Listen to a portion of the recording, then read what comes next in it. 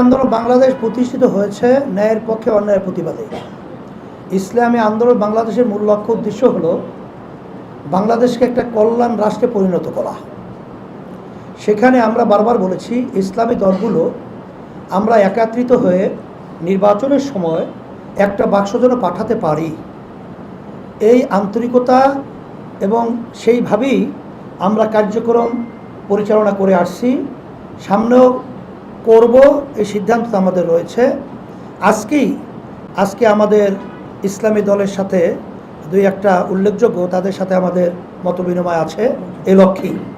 আর আপনি যে বলেছেন বিএনপি এবং উল্লেখযোগ্য জামাত, তাদের সাথে আমরা এক কথায় বলবো যে যাদের চিন্তা চেতনা দেশের কল্যাণের জন্য হবে তাদের সাথেই আমাদের সম্পৃক্ততা এবং তাদের সাথে দেশ সুন্দর করার ব্যাপারে একাত্মতা থাকবে।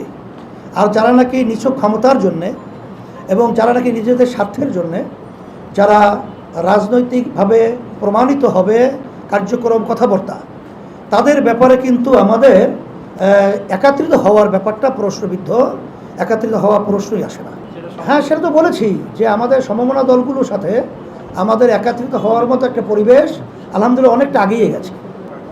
আর জামাত সহ সবার সাথেই দেশের কল্যাণের জন্যে আমরা আলোচনা রাখছি, আলোচনা চলছে।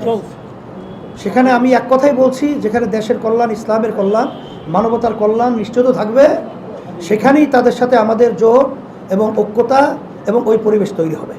সেটা আমরা বলেছি যে যৌক্তিক একটা সময়, সেই যৌক্তিক তো আমরা কিছুদিন আগে বলেছিলাম সেটা 1-1.5 বছরের বেশি না হওয়া উচিত, সেটা তো আমরা বারবার বলেছি। ক্ষমতা নেয়ার পর থেকে 1-1.5 বছরের বেশি না হওয়া উচিত এবং সেটা সুনির্দিষ্ট তাদের একটা পরিষ্কার রোডম্যাপ নির্বাচনের ব্যাপারে বলা উচিত।